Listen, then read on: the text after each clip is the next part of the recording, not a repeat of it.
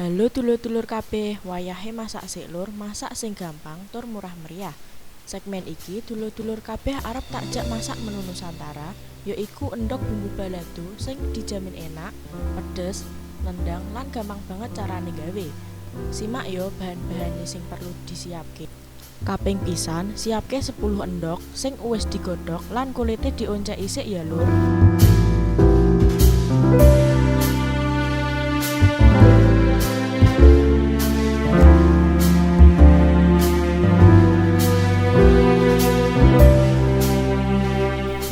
Siapke wajan sing wis diisi minyak, lek wis uripke kompore gawe goreng endhog sing wis digodhog mau.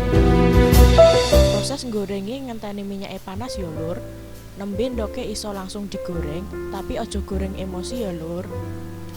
Aja lali mbek diwolak-walik ya lur, ben ra mbledos lan ora gosong endhoge.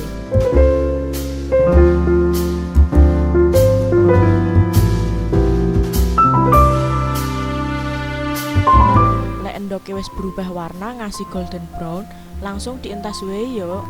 Aja sampe gosong endhoge.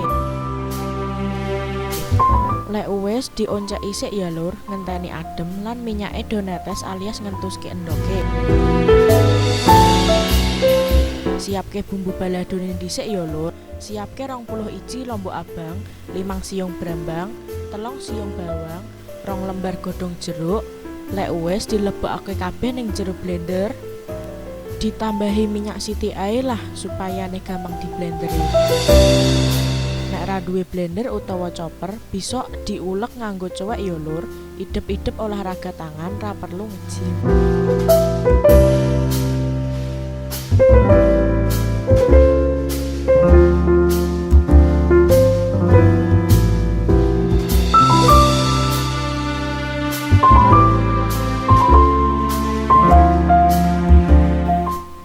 Wis kecampur rata, lanjut gongso bumbu kuwi mau ya lur. Carane, siapke wajan, isi nganggo minyak panas sacukupe, rasa akeh-akeh ya lur, mergone ora gawe gorengan ya lur. Lebokake bumbu sing wis diblender alus ndek mau, gongso bumbu nganggo geni cilik ae, sinambi diosreng-osreng. Pokoke rame metu suarane ya lur, diosreng-osreng supayane ora gosong ya lur. Lek bumbune wis mulai kentel, ngetokake minyak.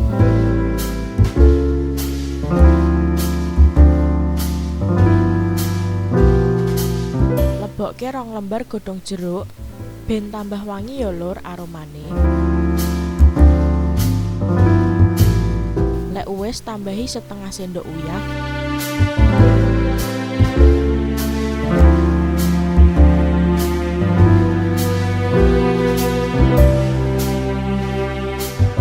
Sak sendok gula.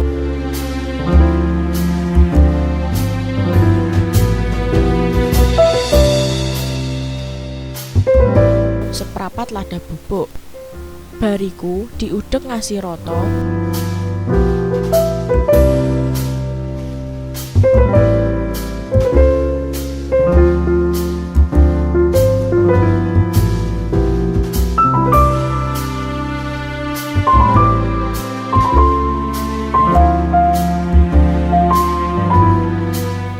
Yen wis umub, lebokke endhog sing wis digoreng mau.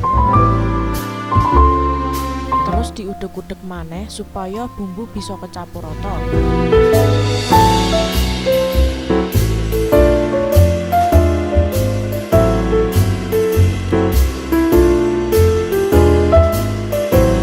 Nek wis kecampur rata, bisa langsung disajike ya.